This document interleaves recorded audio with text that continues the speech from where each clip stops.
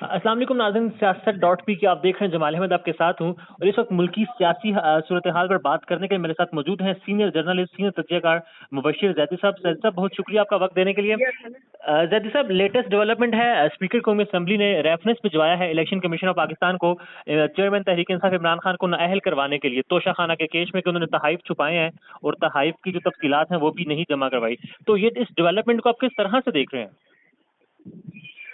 देखिए, जाहिर है अब क्योंकि इमरान खान मुश्किल में हैं और अब हुकूमत को भी पता लग गया है कि इलेक्शन कमीशन के फैसले के बाद उनके ऊपर प्रेशर आया है इमरान खान के ऊपर। तो जाहिर है आपने देखा कि साथ ही साथ कुछ लोगों के इस्तीफे भी मंजूर हो गए। अब ये तोशा खाने का रेफरेंस भी भेजा जा रहा है। तो ये सारी वो टैक्टिक्स हैं कि इससे इमरान खान के ऊपर प्रेशर बढ़ाया जाएगा और इवेंचुअली किसी ना किसी लीगल टेक्निकल रीजन के बाद कोशिश यही है कि उनको नाअहल कर दिया जाए।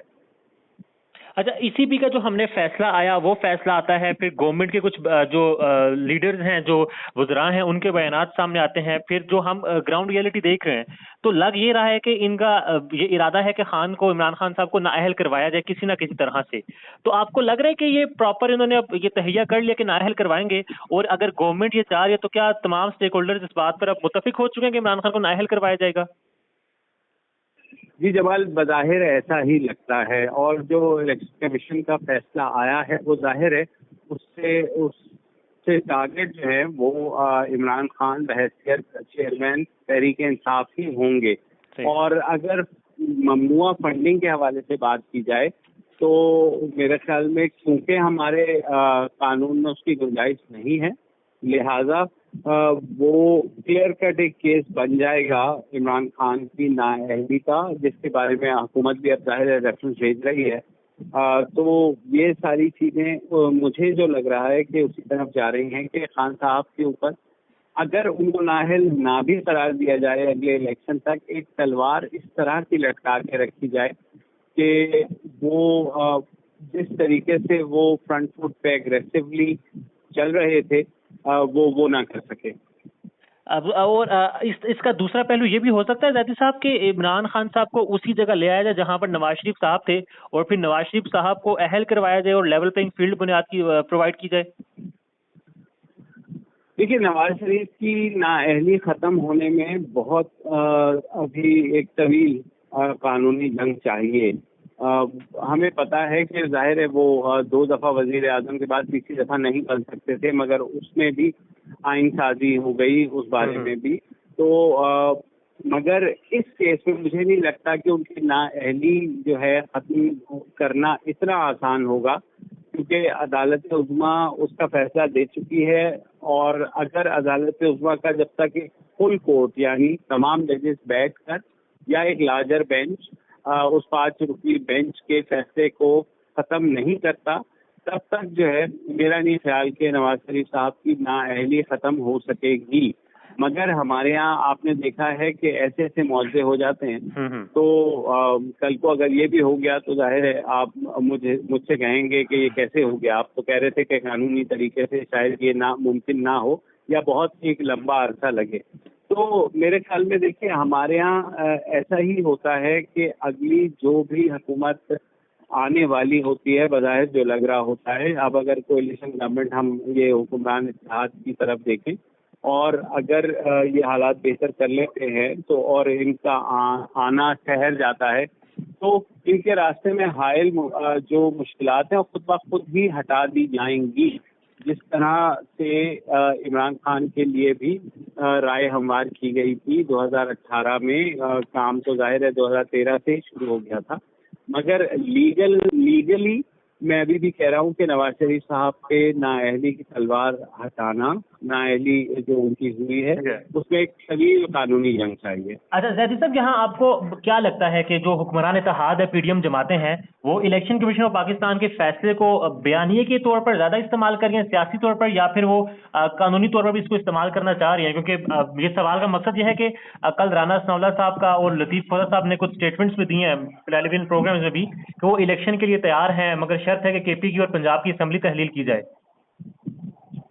देखिए, दोनों सतह पर यह नैरेटिव बनाया जाएगा और उसमें कानूनी सतह पर तो जाहिर है हुकूमत रेफरेंस भेज रही है, तो वो तो कानूनी पहलू हो गया और उसमें उनकी पूरी कोशिश होगी कि किसी भी तरीके से इमरान खान को नाअहल करार दिलवा दिया जाए। तो इस हुक्मरान इत्तेहाद के लिए वो बड़ा चैलेंज खत्म हो जाएगा जो उसे अगले इलेक्शन में दरपेश होगा, क्योंकि बहरहाल अगर इमरान खान नाअहल हो जाते हैं तो पीटीआई के अंदर और कोई इतना कदावर शख्सियत है नहीं कि जो वोटर्स को उस तरह मोबिलाइज कर सके। तो ये बहुत बड़ा धचका होगा पीटीआई के लिए अगर इमरान खान नाअहल हो जाते हैं। हाँ, सियासी तौर पर बिल्कुल हुक्मरान इत्तेहाद, वो आपने देखा कि रोज की 9 प्रेस कॉन्फ्रेंसेस हो रही हैं, तो इस बात का ही अक्कासी करती है कि हुकूमत जो है वो उनमें कॉन्फिडेंस आया है कि पहली दफा उनके ख्याल में इमरान खान एक ऐसी मुश्किल में घिरे हैं जो उनको नाअहली तक ले जा सकती है। और हुक्मरान इत्तेहाद के सामने जो चैलेंज दरपेश था एक अब से 2 हफ्ते पहले तक के, जिस तरह इमरान खान ने एक मोमेंटम बनाया हुआ था, तो उनके लिए अब बहुत मुश्किल होगा उस मोमेंटम को कैरी ऑन करना। जैद साहब, मोमेंटम की आपने जैसे बात की, इमरान खान साहब की जो कॉल पर आवाम निकलती है और हर जगह पर निकलती है, तो आपको क्या लगता है जिस तरह अगर तो तमाम ये स्टेक होल्डर्स ने ये तय कर लिया है कि नाअहल ही करवाया जाएगा इमरान खान को, तो उसके बाद का जो अवामी रद्द-ए-अमल होगा, आप समझते हैं कि उसको बर्दाश्त कर लिया जाएगा, कर सकते हैं?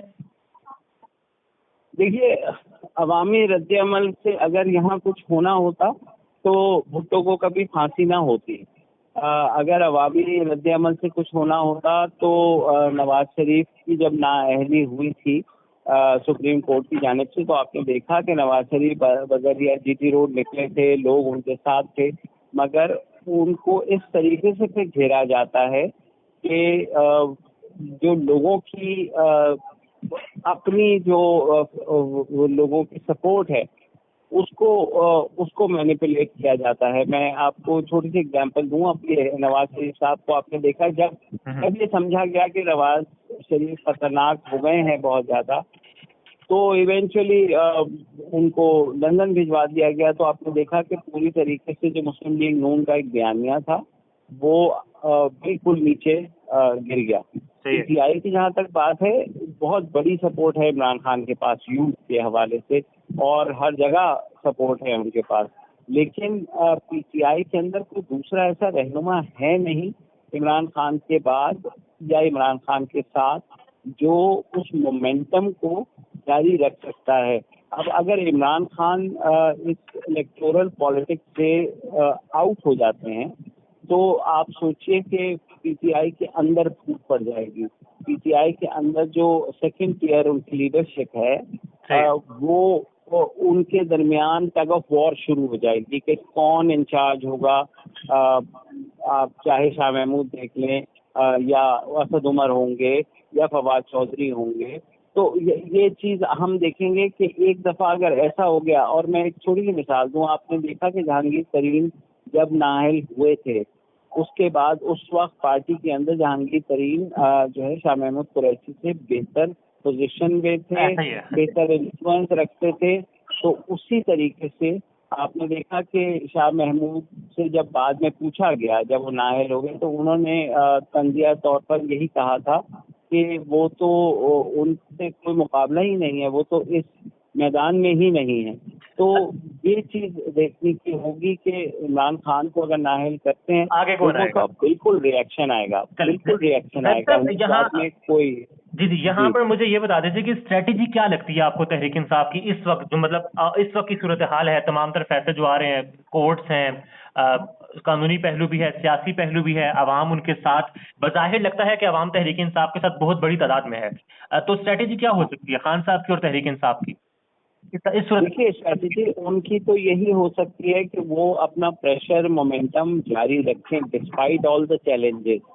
अगर आप शेख मुजीब को देख लें, 1970 के इलेक्शन देख लें, उनको गद्दार कह के बैन कर दिया गया था और उसके बाद जो है उन्होंने स्वीप कर लिए 1970 के इलेक्शन को। अलग बात है उसका रिजल्ट भी माना गया और बन गया, लेकिन यही चीज हमने मुस्लिम लीग नवाज के हवाले से भी देखी है। तो पार्टी को आप जितना भी दबा दें, पार्टी जो है वो खत्म कभी नहीं होगी, बल्कि और ज्यादा उभरेगी। इसलिए मैं कह रहा हूँ ये जो स्ट्रैटेजी बनाई जा रही है कि इमरान खान को पिन डाउन कर लिया जाए, स्ट्रैटेजी तो है, ठीक है। लेकिन लोगों ने अल्टीमेटली इसका फैसला करना है कि वो उसको कबूल करते हैं या नहीं, और अल्टीमेटली लोगों की जो ताकत है वही डिटरमिन करेगी। ठीक है जैदी साहब, बिल्कुल लास्ट में मुझे ये बता दें, इस वक्त सारी जो जंग है वो बयानिए की जंग है, जिसमें तहरीक इंसाफ हमें खान साहब किसी हद तक आगे लगते हैं, क्योंकि बयानिया वो बना लेते हैं, बयानिया सच्चा या झूठा है इससे कतई नजर। रिसेंट हमने एक डेवलपमेंट देखी उम्मे हरीम उम्मे हरीम के हवाले से, वो एक पोस्ट होती है फिर उसको शेयर किया जाता है, तो कल खान साहब ने भी नाम लिया है कि ये उम्मे हरीम क्या है, मतलब उस हवाले से आपके पास कोई तफसीलात हैं, क्या हो रहा है इस हवाले से? टॉप ट्रेंड रहा है उम्मे हरीम। मुझे मैं सॉरी जरा वो फेसबुकिश नहीं हूँ, ट्विटर पे ज्यादा होता हूँ, तो मुझे अच्छा। मैंने पोस्ट जरूर देखी है। इस वक्त ट्विटर पे उम्मे हरीम, सुनी है। जादी साहब इस वक्त ट्विटर पे उम्मे हरीम टॉप ट्रेंड है। जी बिल्कुल, मैं वो तो जाहिर है खान साहब जो बात कह रहे थे वो टॉप ट्रेंड बन जाती है। अच्छा। मैं वैसे देखिए बात यह है कि ये जो 5th जनरेशन वॉरफेयर के खिलाड़ी हैं, ये जाहिर है एक जमाने में पीटीआई को भी सपोर्ट करते थे, अब इनको इस्तेमाल किया जा रहा है पीटीआई को पिन डाउन करने के लिए।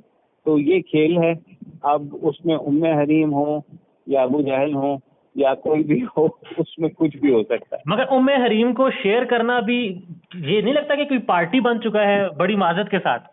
देखिए वो तो वाज़ेह तौर पर नजर आ रहा है, ठीक है। ठीक है, लेकिन मुझे ये जरूर कहूंगा कि आईएसपीआर की तरफ से कोई अकलमंदाना कदम नहीं किया गया अगर ये पोस्ट वहां से शेयर की गई है, क्योंकि किसी भी सियासी पोस्ट के हवाले से अगर इदारे अब पोजीशन लेना शुरू कर देंगे, वो माजी में भी गलत था, अब भी गलत। बिल्कुल। आर्मी चीफ ने राब्ता किया है आईएमएफ की किस्त के लिए, यूएई से भी, सऊदीया से भी, और फिर हम देखते हैं कि एक बात इस वक्त चल रही है ड्रोन अटैक जो हुआ अफगानिस्तान में, और फिर डॉलर भी नीचे आ रहा है, तो इस सारी सूरत हाल को आप किस नजर से देख रहे हैं?